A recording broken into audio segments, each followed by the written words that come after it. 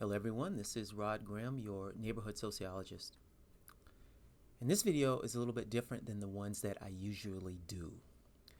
So usually I'll have some sociological concept and then maybe some political or social trend and then my own personal experiences, and I try to create some kind of synergy and then teach something. That's what I've been trying to do of late. But today, I don't have any plans for anything. This story is striking me as seriously problematic. And so I want to kind of talk about it and suggest to whoever sees this that this is an untenable situation, and it is forever changing the relationship between teacher and student, which, who knows, maybe it's what folks want. I know that I did not mature into this type of environment, so it's not what I want. But my point here is not to pass judgment as much as to point out what's happening. So, um, apparently there was a Texas A&M professor, and I heard the video, or I saw the video, and so the headlines are a little misleading. It seems to me that the headlines are suggesting that the teacher forced the student to leave, and then even the dean and some other, I don't know, some administrator also were a part of forcing that student to leave the class because the student did not want to hear about gender fluidity in this particular classroom. And so the student complained. The student said that their president said that there were only two genders, which is a ridiculous thing, and we'll get to that. Their president said that there are only two genders and said, therefore, that is the truth of it, right? This kind of thing. And then the teacher responded. I wish I had that video. I was looking for it. I can't find it. But what I want to suggest to you is that this kind of thing means that there is no more Dead Poet Society, like there's no more Goodwill Hunting, Mona Lisa Smile, whatever you want to, whatever inspiring show or movie about a professor comes in and challenges students and gets them to think, and think critically, and then they're inspiring. I don't think that that's something we're going to see a lot now because it is too dangerous for professors to do that. And that's what I want to talk about. In fact, I'm going to show you my lecture slides for today, or some of them. So let me make sure it's up. Yeah. So I'm going to be talking about cyber violence today, which is a class of sometimes cyber crimes, often deviances. But this is what I'll be talking about. I'm trying to make the screen a little bit bigger. So, okay, here is this slide here that you're looking at. And I'm going to start the class with this because we're going to be talking about how people can be harmed online. So I'm going to ask them, is this violence? Okay. Pre-current times, so just 5 years ago, right? I could have walked into a class and really start challenging students. Because some students would say, yes, this is violence because the person is experiencing trauma and da da da. Other students would say, well, words aren't violence, and then we could have a back and forth. It doesn't matter my opinion, even though I would not mind sharing it. It's more of the fact that these are things that are challenging. Okay. In 2025, I know walking into this class, I am taking a great risk because even though I don't see this phenomena as something that has to be political, right? The world, society, has made this political. I mean, it's not my choice. To me, the idea of talking about whether or not words are violence is a sociological and maybe even a psychological, but certainly a social science issue. And so I want to talk about it, but it is also fraught with danger. And so what if a student, I'm in there talking, just free flowing, going back and forth, just trying to teach, and then a student rips, takes 8 seconds from a conversation I'm having, and then posts it on X. And then some politician who wants to make hay, or some thought leader who wants subscribers says, ooh, ooh, ooh, and then they jump on it. Now I've lost my job. This kind of thing has forever changed the relationship between student and professor. Professors now, in my opinion, have to take a kind of, how law enforcement has this idea of above all, get home safe, right? And you even see this kind of ethic manifested in the ICE agents who are arresting people and hiding their faces. Because at the end of the day, they are the most important people in that exchange. and so they just have to protect themselves and then go and do their jobs. I mean, I have never thought that way as a teacher. I was just come in and talk, and now I'm unsure if I can do just come in and talk like that. So I may need to be the equivalent or take the equivalent approach of what law enforcement agents do. Whatever happens in your day, come home safe.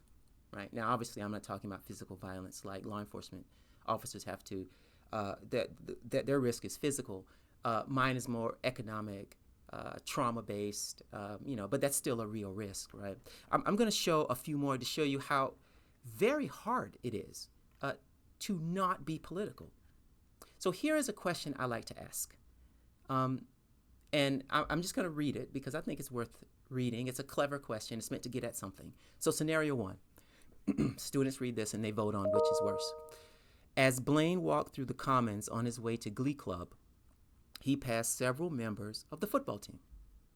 The students began hurling insults, and then the themes were something like Blaine is a homo, Blaine is a freak. Okay, so obviously Blaine is queer, and he's passing by some jocks, and the jocks are picking on Blaine.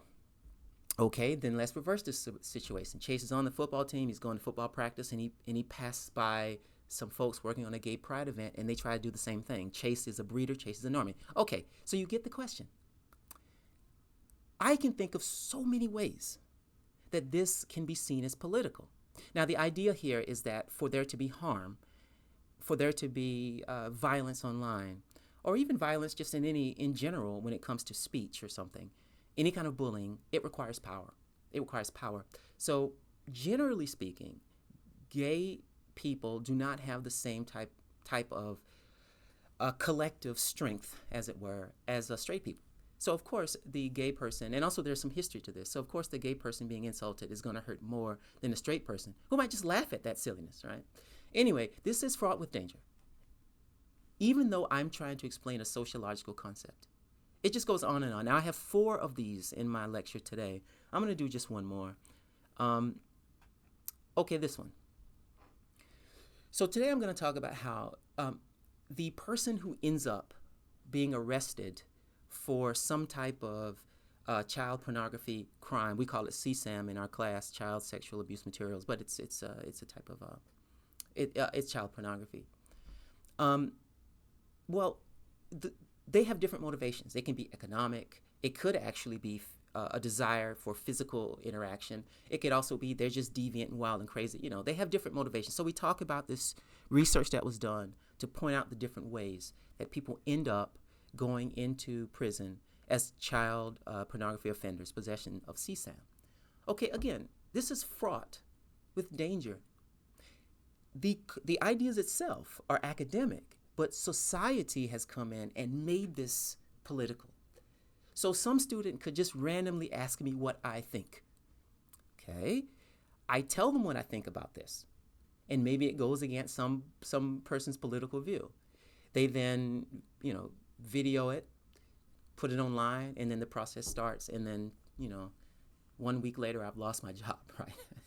This is what I think is the reality, especially in states or in spaces where there might be a lot of people who have been told there is something wrong with the criminal justice system, and so they go in looking for problems, and then they're going to find them.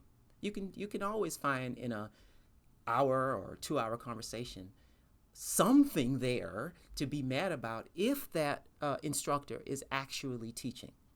So this is what I think is going to happen. Let me kind of wrap this up. I think what's going to happen is this notion of challenging students, of being inspiring, to get them to think critically, is going to be so fraught with danger until we're going to regress. Maybe it's not regressing, but we're going to change the way that we teach to something that's simple. So instead of asking them to think about the consequences of, and now I'm going to talk more about, go back to this slide here, instead of asking my students to think about the consequences or think about the different ways that we should deal with the different motivations of child pornography offenders, ask them to think critically, which then leads to policy changes, which then might lead to political concerns or something like that. I won't do that. I'll just say, okay, tell me the different ways of motivation. Some simple, milk toast kind of question, to avoid the inevitable consequences of thinking critically in a highly polarized environment, and also to avoid the consequences of trying to inspire students by challenging them, and then maybe pissing them off, and then they try to get back at you. Now, look, before I finish, I'm not saying that is the motivation of most students, 99% of them. But look, you teach 100 students a semester. Again, actually, the same way that I kind of use the analogy of law enforcement officers, and we're always like, get home safe. Well, sure, in 100 altercations, 95 of them are going to be fine. All right, you're speeding. All right, go home. You shouldn't be out here late drinking or whatever. I don't know. But there are going to be 5 that are fraught with danger. And so for that reason, they always just want to get home safe. They just protect themselves. And I think that professors might have to take that same view, even though most students are just here to learn, get a degree, have a good time, watch a couple of football games, and enjoy themselves. So anyway, that was just a quick, actually it was longer than I thought, but I think I got my ideas out in a fairly succinct way. If you have some comments, let me know. Enjoy your day.